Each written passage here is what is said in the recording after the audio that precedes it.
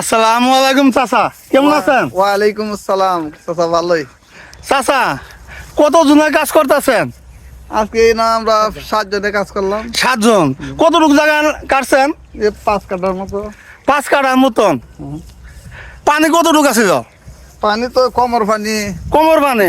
এই যে চাচার কিন্তু এই যে ভিজা, এই যে বুক পর্যন্ত ভিজা।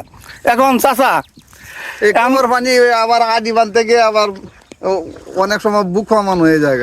এটা নয় তো বাধা লাগে। আচ্ছা চাচা, এখন আপনার করে হাজিরা কত দিতেছে গাড়িতে? ওখান তো গৃহস্থে 1000 আইলাম, কেউ কেউ আবার 1200 1400। আচ্ছা, এখন ধানের মন কত চাচা? ধানের মন তো 600 700। আহারে, ওখান তো আমরা ধান যে মারাইলাম, জি। আমাদের যে খরচ হইলো এখানে তো 900 টাকার মতো আমরা খালি খরচ হয়ে গেল মন পিছে।